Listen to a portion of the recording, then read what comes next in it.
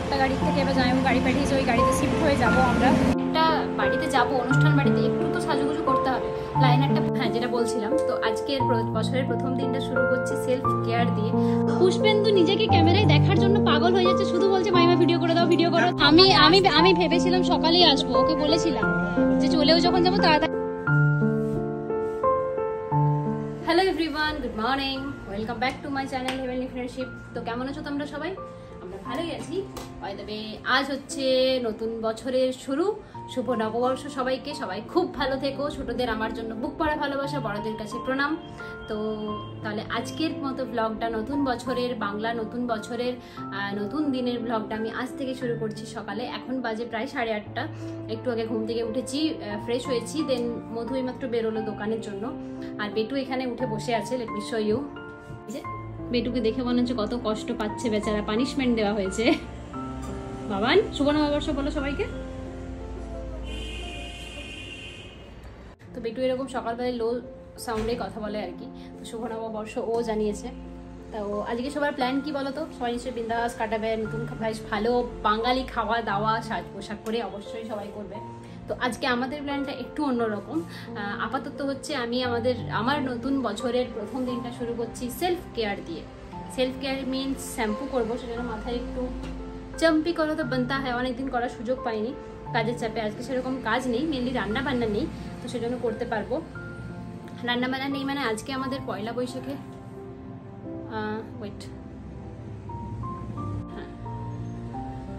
Camera को का हो गया?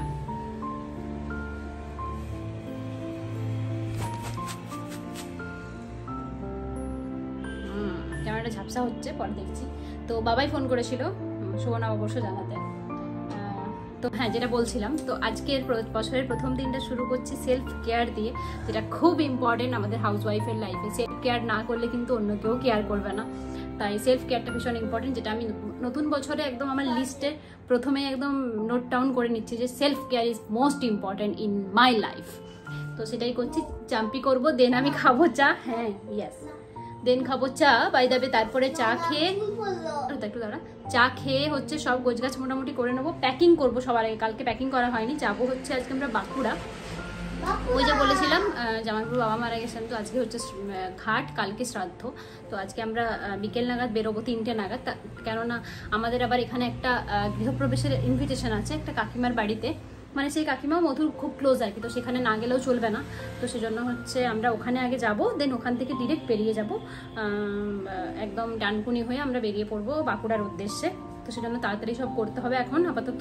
চলো চা খাই, দেন কাজগুলো সব একটা একটা করে গুছিয়ে নিই। নিয়ে যা। তো আমি কিচেনে চলে এসেছি, চাটা বানানো হয়ে গেছে। তারপরে আমি এখানে জলটা হচ্ছে গরম করতে দিয়েছি, কেননা বানাবো একটু চাউমিন, যেহেতু দুপুরে বেরিয়ে চলে যাবো। তো বেটুর জন্য ভাবছি একটু চাউমিনটা বানিয়ে নিয়ে যাবো। সবজিগুলো কালকে কাটা আছে অনেকটা, সেজন্য জলটাকে গরম করতে দিয়েছি, চাউমিনটাকে একটু সেদ্ধ করে নিই। চাটা ঠান্ডা হলে তো চাউমিনটাও সেদ্ধ হয়ে যাবে, একসাথে কাজটা হয়ে যাবে।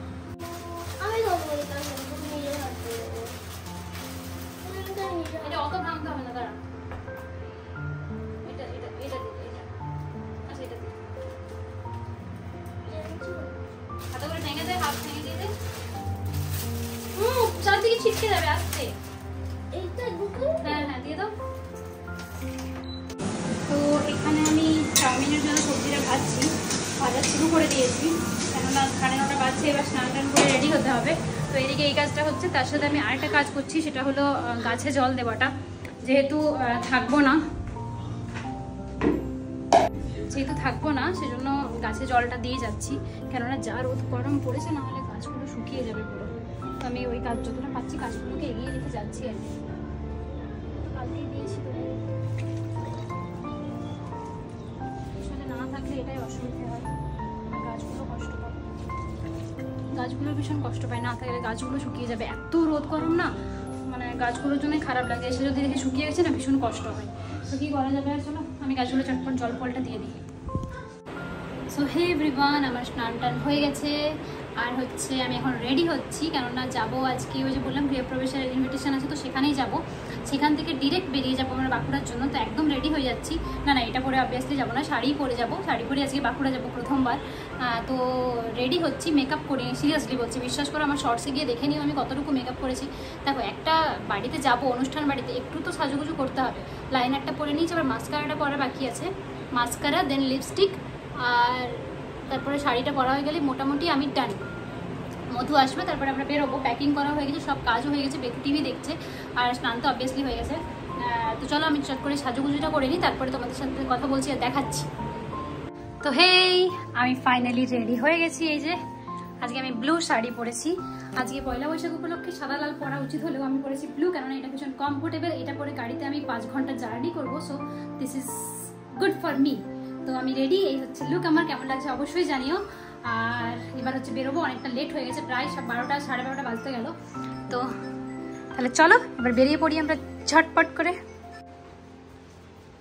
আর এই যে আমার বেটু, চলো নাড়ু, চলো চলো চলো চলো, কাম কুইক। তারপর আমরা রেডি হয়ে 3 জনে বেরিয়ে পড়েছিলাম। তো প্রথমেই আমরা হচ্ছে যাব ওই গৃহপ্রবেশের অনুষ্ঠানটাই, কেননা ওটা অ্যাটেন্ড করে তারপরে আমাদেরকে বাঁকুড়ার জন্য যেতে হবে। ওখানে গিয়ে সবার সাথে দেখা করে গিফট দেওয়া যা কাজ সব কিছু করে এবার বসলাম আমরা খেতে, কেননা অলরেডি 1টা বেজে গেছিলো আর আমাদেরকে 1:30টার মধ্যে বেরোতেই হতো, নাহলে পৌঁছতে পারবো না টাইমে। তো লাঞ্চে অনেক কিছুই ছিল, সব কিছু আর ভিডিওটা করিনি। আর ওই যে বললাম একটু আধটু তো লজ্জা করেই, তাছাড়া ভীষণ তাড়া ছিল, তাই ঝটপট করে শুধু খেয়ে নিয়েছিলাম। ভীষণ খিদেও পেয়েছিল, আর মেনুতে সত্যি অনেক কিছু ছিল আর খুব ভালোও বানিয়েছিল। আমি তো রাইসটা বেশ পরিমাণে খেয়ে নিয়েছিলাম, অন্য কিছু খাবো না বলে। দেখি মামুন, আমি ব্লগ বানাই, তুমি জানো না? ও ইউটিউবে আগে এসে সব ভিডিও করার কথা ছিল, ওই জন্য সকালে আসবো বলেছিলাম, ওরই আর সময় হয়নি চলে আসতে। আমি আর একা একা হয়নি।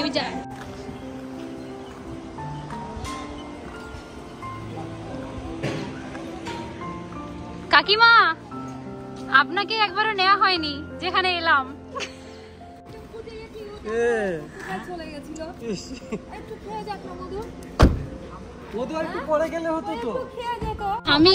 আমি ভেবেছিলাম সকালেই আসবো, ওকে বলেছিলাম যে চলেও যখন যাবো তাড়াতাড়ি আসবো, ওর আর সময় হয়নি। ও তো 12টায় এলো, স্নান করলো, তারপরে বেরিয়েছে। ঠিক আছে, আসছো যে? হ্যাঁ আসবো, পরে সময় করে আসবো। হ্যাঁ হ্যাঁ। প্রায় 1:45 নাগাদ আমরা বেরিয়ে পড়েছিলাম ওখান থেকে, খেয়ে সবাইকে টাটা করে দিয়ে। এখান থেকে আমরা একটা গাড়িতে যাচ্ছিলাম, দেন ওখান থেকে গাড়ি চেঞ্জ করবো, জামাইবাবু পাঠাবে। তো তার মাঝে ভাবলাম কানেরগুলো চেঞ্জ করে নিই, কেননা এত বড় বড় ঝুমকোগুলো পরে ওইখানে একটা শ্রাদ্ধের অনুষ্ঠানে যাওয়াটা একদম ঠিক হবে না, সবাই আমাকেই দেখবে আর অনেক রকম নিন্দাও করবে।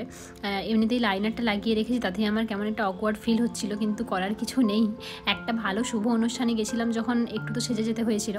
তো কানেরটা আপাতত চেঞ্জ করে নিলাম, আর বাকি শাখা পলা সোনার কানের যা ছিল ওগুলো আমি ক্যারি করছিলাম, কেননা ওখানে যেহেতু পড়তে হবে।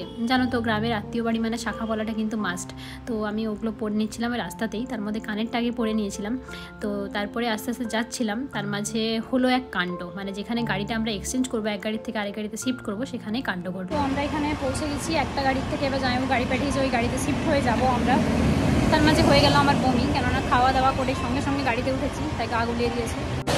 মধু গেছে আমার জন্য প্লাস্টিকের একটা কোল্ড ড্রিঙ্ক, পুরো গা গুলিয়ে দিয়েছে, আমার পুরো খারাপ লাগছে। এই কারণে খেয়ে না খেয়ে গাড়িতে উঠতে নেই, যা খেয়েছি পুরোটা উঠবে।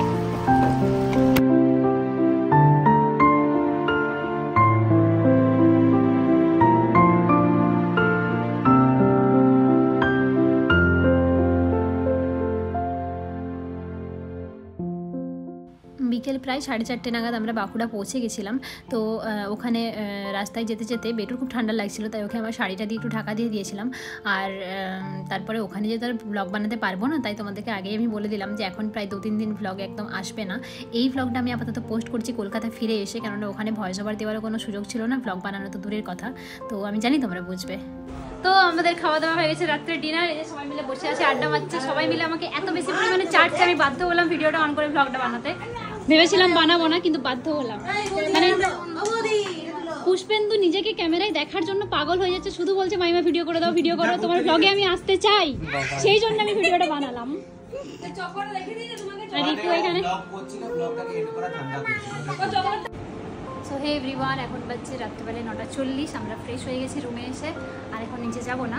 তো আজকের মতো সব কাজ সমাপ্ত হয়েছে, কালকে আবার নতুন দিন, নতুন কাজ আবার এখানে। তো এখন 2 দিনের ব্লগ বানাবো না, অবভিয়াসলি এই সিচুয়েশনে ব্লগ বানানোর উচিত নয়, সেটা বানাবো না। আর মৌ এখানে শুয়ে পড়েছে। তবে সবাই আমাকে ভীষণ ইনসিস্ট করছিল ব্লগ বানাতে, মানে আমাকে রাগাচ্ছিল আর কি। তো যেটা আমি ইগনোর করে ব্লগ বানাইনি। তো আজকের মতো ব্লগটাকে এখানে ইন করছি, আবার দুদিন পর দেখা হবে। টাটা।